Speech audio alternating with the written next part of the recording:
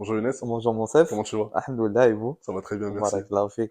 Alors, je te remercie d'avoir répondu présent à l'épisode d'aujourd'hui. Merci à vous. On va traiter le sujet des richesses humaines de l'Afrique. Et Exactement. j'aimerais bien avoir ta vision générale et ta vision, ton expertise par rapport à ce sujet-là. D'accord. Tout d'abord, cher ami Monsef, je tiens à vous remercier vivement pour cette invitation Avec grand chaleureuse. Je suis plaisir. vraiment ravi de passer par là et en fait de profiter afin de partager quelques informations que peuvent être utiles pour l'ensemble des praticiens RH qui opèrent dans le continent africain. Mhm, Tout d'abord, c'est un sujet qui ne cesse pas de susciter l'intérêt de l'ensemble des professionnels RH parce qu'en fait, c'est un sujet d'actualité. C'est un sujet absolument. qui nous concerne tout d'abord en tant Mhm, qu'Africains. mhm, Et voilà, c'est un sujet que aujourd'hui, c'est la vision marocaine, il prend en considération cette orientation vers le continent africain et vers le développement du continent africain. absolument. Donc, déjà pour les personnes qui ne te connaissent pas, est-ce que tu pourrais te présenter? D'accord. Alors, Youn Sidhman, je suis doctorant-chercheur en sciences de gestion avec une thèse axée sur la transformation organisationnelle et la réinvention de la fonction RH. Mhm. Côté professionnel, je suis Regional Human Capital Business Partner pour la région de l'Afrique. Donc, c'est pour cela qu'il nous a paru évident Évident, de traiter cette thématique qui est vraiment intéressante. absolument. Alors, pour déjà nous ancrer dans le thème principal, donc on est situé au niveau du Maroc. Mhm. Pourquoi ne pas commencer déjà par situer le Maroc au niveau de l'Afrique, par rapport à ce domaine-là? D'accord. Moi, je propose avant tout de Mhm, contextualiser en fait mhm, ce qui se passe dans l'Afrique aujourd'hui. Donc, l'Afrique, ce continent perçu il y a longtemps comme un continent en voie de développement, mhm, aujourd'hui, il confirme ça. Donc, le continent africain, il est caractérisé par un ensemble des facteurs qui renforcent à ce que le continent devient un catalyseur du développement économique mhm, mondial. Donc, de un, aujourd'hui, l'Afrique, en fait, il contient une démographie favorable, dynamique. Ça veut dire que il contient une population ayant l'habilité et la capacité de travailler. Donc, je pense que c'est plus de 75%, ce sont des populations jeunes, moins de 25 ans. d'accord. D'accord? Ça, c'est Donc, jeune. voilà, d'après les dernières statistiques. Deuxièmement, donc, en fait, et le continent, il offre cet accès au progrès technique. Le continent africain, il est très connu par l'accès à l'utilisation des technologies mobiles. Mhm, Et notamment, ils sont bien classés au niveau de l'utilisation de la fintech. mhm, Également, le continent africain, il connaît plusieurs structurations et réformes économiques. On a des conventions entre les pays sud-sud, on a des conventions qui favorisent en fait le libre-échange entre les pays. Et également, on a ce potentiel, je dirais, je dirais de promouvoir tout ce qui concerne les énergies clean. Donc, les énergies renouvelables, mhm. l'énergie verte, etc.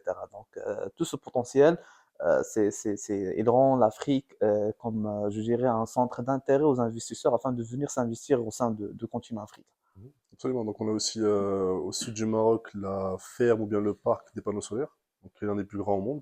Donc, je pense que le Maroc est déjà positionné par rapport à ça. Oui, oui. En fait, le Maroc, il est considéré comme un catalyseur je dirais, de changement et de dynamique économique au sein de l'Afrique. C'est un leader dans ça. Et comme sous l'impulsion de Sa Majesté le roi Mohammed VI, que Dieu l'assiste, a insisté de faire du Maroc un leader et pour qu'il puisse modérer cette économie ou bien ce développement économique africain, c'est à Mhm. travers plusieurs initiatives que le Maroc aujourd'hui a pris sur plusieurs niveaux. Mhm. Au niveau de l'éducation, aujourd'hui, on voit que le Maroc, c'est l'un des pays les plus puissants en termes d'éducation. On a des forts exemples aujourd'hui des universités qui sont bien placées au Maroc Mhm.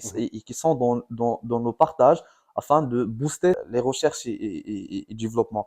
On a également en fait, on voit le Maroc dès en fait son retour à l'Union africaine en 2017 Mhm. comme Sa Majesté l'a souligné, donc l'Afrique, c'est l'avenir qui commence aujourd'hui. Mhm. Donc rien que ça en fait, ça a permis au Maroc de faire de l'Afrique et du pays un continent prospère, Mhm. intégré et durable. Donc ces éléments-là renforcent encore le positionnement du Maroc à travers des initiatives de favoriser toute une logistique pour devenir une porte privilégiée d'un ensemble des investisseurs pour pénétrer le marché africain. Mhm. Donc, c'est un ensemble qui est un ensemble des facteurs qui transforment toutes ces opportunités au défi RH.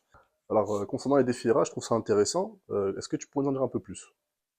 Alors, comme on a évoqué, ce nouveau visage de l'Afrique, donc il transforme de Diffé RH, ou bien Assis Diffé ou praticien RH, Mhm. euh, notamment en termes d'adaptabilité et en termes de upskilling et reskilling des talents. Donc là, nous avons un vivier énorme de talents au sein du continent africain. Donc il faut savoir comment adapter nos pratiques RH à cette population-là. Il y a beaucoup de caractéristiques qui rendent le fait d'opérer sur le continent africain un peu différent. Mhm. De un, il y a la culture, il y a d'autres défis qui sont relatifs à la compétence, parce qu'aujourd'hui, peut-être que les universités africaines, elles n'offrent pas en termes de qualification des skills nécessaires qui répondent aux besoins des entreprises Mhm. et la vision des entreprises. Donc tout cela, c'est un défi où les gouvernements et les praticiens RH, ils doivent collaborer ensemble afin de trouver des solutions. Donc, rien que sur la partie culture, on ne peut pas prendre un modèle européen et l'adapter au continent Mhm. africain. Il y a des spécificités culturelles. Des différences. Voilà, exactement. Parce qu'en fait, rien que l'Afrique, il contient plus que 2000 langues. Donc, il y a une diversification Mhm. des cultures qui, en fait, c'est un avantage qu'il faut saisir parce que ça crée une atmosphère d'innovation. Alors concernant l'intelligence collective, il y a un sujet que j'aimerais discuter avec toi, c'est par Mhm, rapport à la diaspora. mhm, Certaines personnes qui veulent faire le chemin inverse de leurs parents, leurs grands-parents, c'est-à-dire revenir à leur continent d'origine, d'où le sujet principal qui est l'Afrique. mhm. Quelle est ta vision, ton point de vue par rapport à ça? Donc, les diasporas, honnêtement, c'est un vivier des talents Mhm. que l'ensemble du gouvernement et des nations ils doivent valoriser Mhm. parce que ils assurent un transfert du know-how de l'Europe vers l'Afrique. Donc, c'est un rôle de mentoring qu'ils vont faire pour, je dirais, la population africaine afin d'accompagner ce besoin économique africain et de jouer ce rôle stratégique sur la scène économique mondiale. Euh, les diasporas, généralement, en fait, ce sont des personnes qui vont aider leur nation. Ils ont parti pour apprendre un savoir et vers la suite, il faut que les États exploitent ce vivier-là en termes d'investissement. Il faut à ce que les gouvernements accompagnent Mhm. ces viviers en offrant des conditions favorables pour eux pour qu'ils puissent revenir vers leur nation natale. Alors là, on peut parler sur un ensemble de conditions où les entreprises doivent penser. Tout d'abord, c'est dans le côté campagne, c'est le fait de, je dirais, Rémunération. voilà, c'est d'offrir une rémunération équitable à ce qu'ils ils ont à l'étranger, ou bien euh, je dirais, une rémunération qui va assurer une qualité de vie de haute qualité. De deux, il faut penser à un ensemble d'un écosystème. Il faut penser à une infrastructure générale par rapport à l'entourage de ces diasporas. D'un autre côté, il faut assurer également l'éducation à nos enfants, il faut assurer la sécurité à leur famille, il Mhm. faut à ce que le niveau de vie soit au moins équitable à ce qu'ils ont à l'extérieur. Grosso modo, quand on parle des richesses humaines en Afrique, donc on peut parler d'un ensemble des politiques que les entreprises, les États doivent prendre en considération afin d'accompagner cette croissance économique africaine.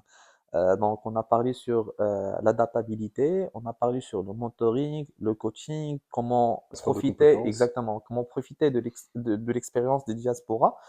Tout cela, c'est un appel pour les praticiens RH afin d'assimiler ce positionnement, afin Mhm. d'assimiler en fait, je dirais, cette posture qu'aujourd'hui le continent africain il est en train de prendre, parce que personne il va venir pour donner un coup de main afin de booster l'économie africaine. Donc il faut que leurs enfants, les Africains eux-mêmes, doivent penser à leur propre développement.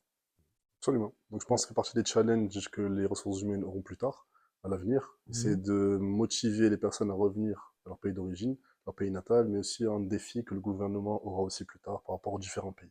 Exactement. Donc je te remercie Younes. Merci Je Monsef. pense qu'on a traité un sujet très important. Oui, malheureusement, le temps il n'est pas suffisant Absolument, je pour pense nous que c'est pour, je dirais, rentrer dans nos dans le détails. détail. Exactement. Donc c'est un sujet Du qui coup, qui est très très long à discuter, mais je pense qu'on a une idée globale des richesses humaines de l'Afrique. Donc que le potentiel que l'Afrique a, que le Maroc a aussi, bien évidemment, les projets qu'on aura plus tard.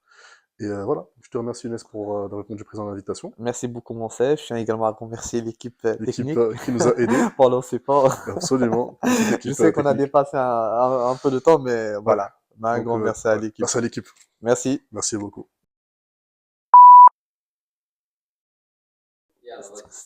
Bismillahirrahmanirrahim.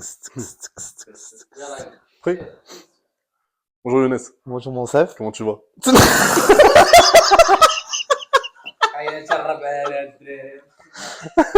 والله إلا شوف جاتني راسي دي تاع صاحبي واحد قضاء Ah, مصايبك.